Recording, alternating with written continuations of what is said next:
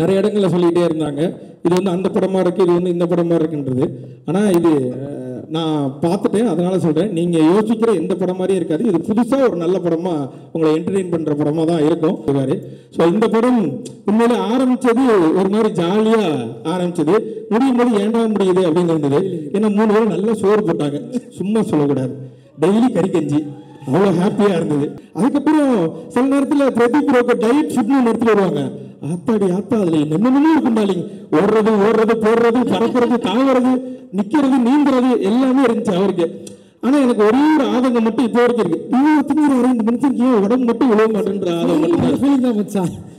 Mark எங்க போயிட்டு mark என்னன்றா அப்படின்னு வருவாரு. ஓகே, அப்ப ஹாலிவுட் படத்துல தான் நம்ம நடிக்க போறோன்றது முடிவாயிட்டு. ஆனா பாதி நேரங்கள்ல இவங்க 2 பேரும் இங்கிலீஷ்ல மட்டும்தான் பேசிப்பாங்க. இதெல்லாம் நான் வந்து உண்மையிலேயே இந்த மேக்கிங், ஜாக்கி ஜான் படம் மேக்கிங்ல கடைசியா போடுவாங்க. ஒரு கேமராமேனும் ஒரு டைரக்டர் இங்கிலீஷ்ல பேசுறதுலாம். இதெல்லாம் நான் பார்க்கும்போது உண்மையிலேயே இவன்ட்ட சொல்லுவேன், நிறைய பேசுறாங்கடா, ஆனா ஒன்றும் புரியலடா, லைட்டா பீதியா இருக்கு. ஹாய், எல்லாருக்குமே வணக்கம், தேங்க்யூ. ஸோ நிறைய பேருக்கு தேங்க்யூ சொல்லணும், அதனால் மொத்தமாக தேங்க்யூன்னு சொல்லி முடிச்சிடுறேன். ஏன்னா சில பேரை விட்டுருவேன் நான்.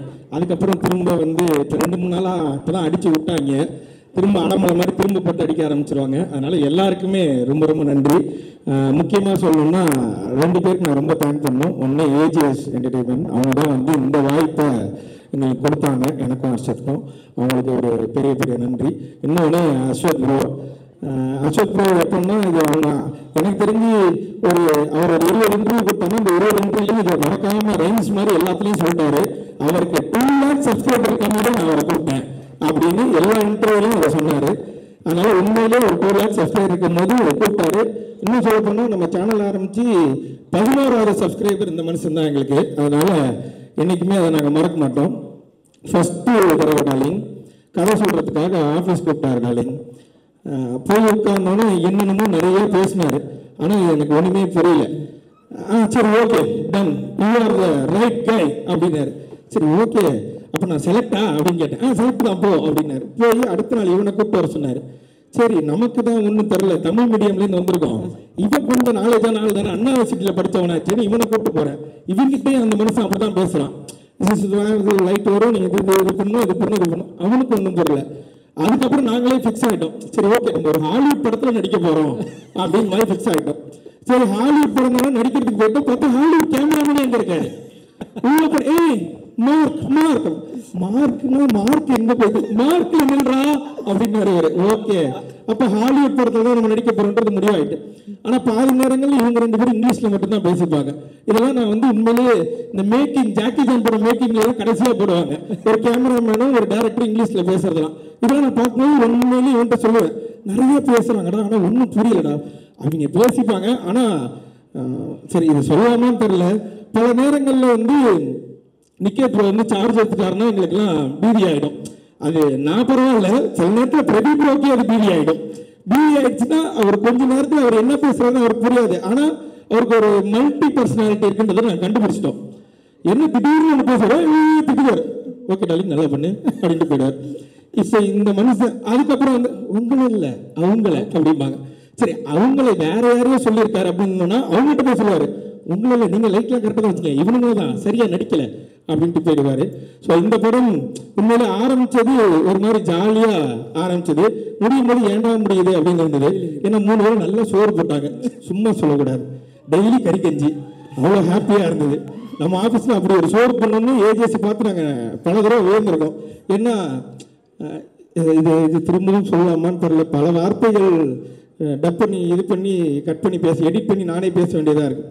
ஏன்னா இதுக்கு முன்னாடி இந்த மனுஷன் வந்து இந்த படத்தில் போடும்போது அஸ்வத் ப்ரோ வந்து ரீஇன்ட்ரோடியூசிங் அப்படின்னு போட்டார்.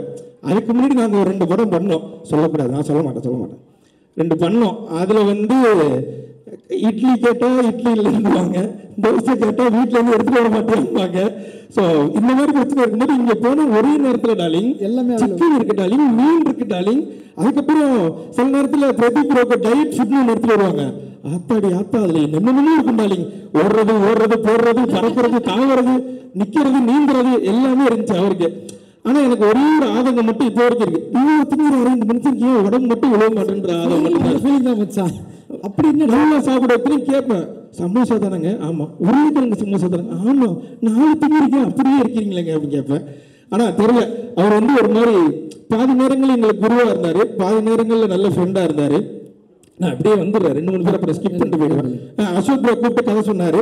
சொல்லிட்டு ஷூட்டுக்கு போனதுக்கு அப்புறம் அவர் சொன்ன கதை தான் இப்போ எடுக்கிறாரான்னு எனக்கு இவனுக்கும் பாதி நேரங்களில் சண்டையாக இருக்கும். நம்மகிட்ட சொல்லும்போது வேற சொன்னார், வேற எடுக்கிறாரா, அவர் என்ன எடுக்கிறாரோ அதை நடிப்போம், இதுக்கப்புறம் நமக்கு ஏதாவது வாய்ப்பு இருக்கான்னு கேட்டாங்க. எந்த வாய்ப்பும் இல்லை, அப்போ கிடைச்ச வாய்ப்பை யூஸ் பண்ணிப்போம் அப்படின்னு இது பண்ணது தான்.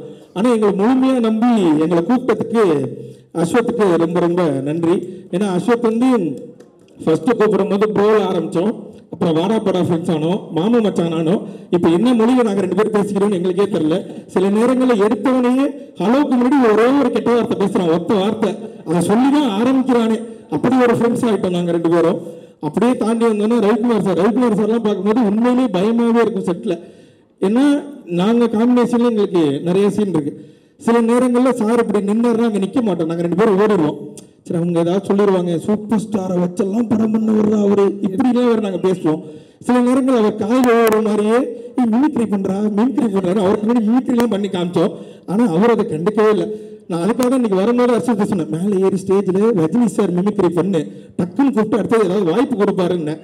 முடி மறந்துட்டு போயிடுச்சு, பரவாயில்ல, தேங்க்யூ. அதனால ரவிக்குமார் சார்லாம் உண்மையிலே நம்ம வெளியிலேருந்து நம்ம ஒன்று பார்க்குறோம், காமன் மேனாக நம்ம ஒன்று பார்க்கும்போது எவ்வளோ பெரிய லெஜெண்டு அப்படின்னு ஒன்று இருக்கும். ஆனால் இந்த படத்தில் பார்க்கும்போது அப்படி இல்லவே இல்லை. அவர் ரொம்ப கூலாக, ரொம்ப ஜாலியாக எல்லார்ட்டையும் நல்லா பேசிகிட்டு இருந்தாங்க. பார்க்கும்போது உண்மையிலே பெருமையாக இருந்தது.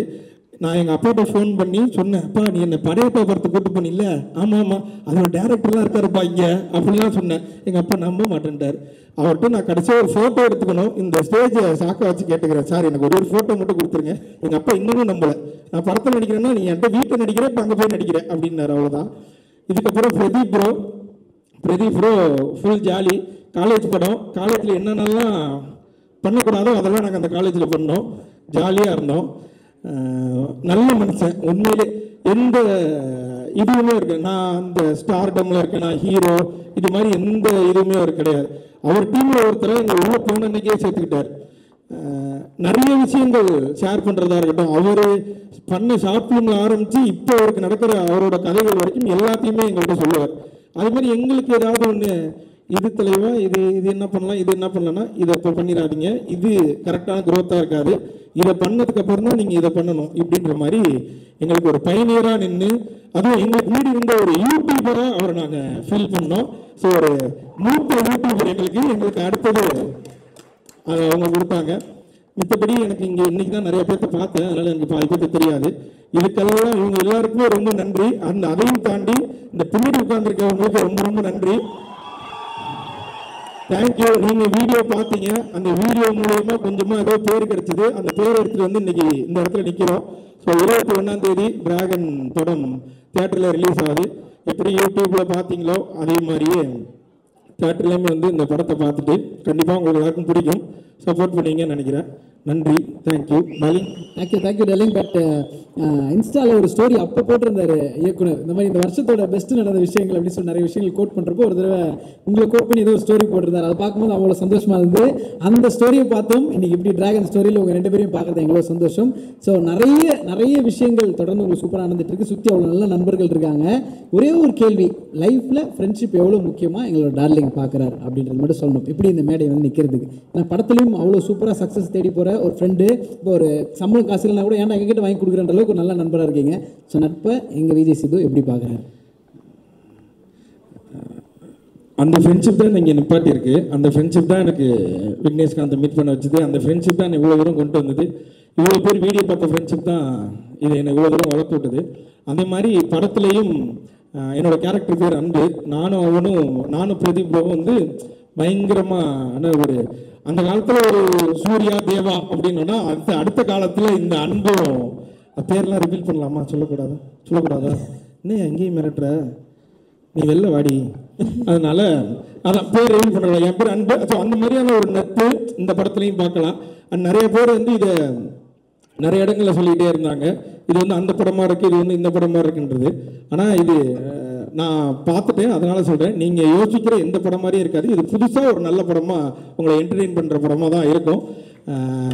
அதில் நான் ஷோராக சொல்கிறேன். Thank you. Thank you bro, thank you. And உங்கள் குட்டி பொண்ணுக்கு நான் ஒரு பெரிய ஃபேன் சொல்லிடுங்க தயவு செஞ்சு. நன்றி. உங்கள் 2 பேத்துக்கு நான் ஒரு பெரிய ஃபேன். உங்கள் 2 பேரையும் பார்க்கணும் தான் வந்தேன். டார்லிங்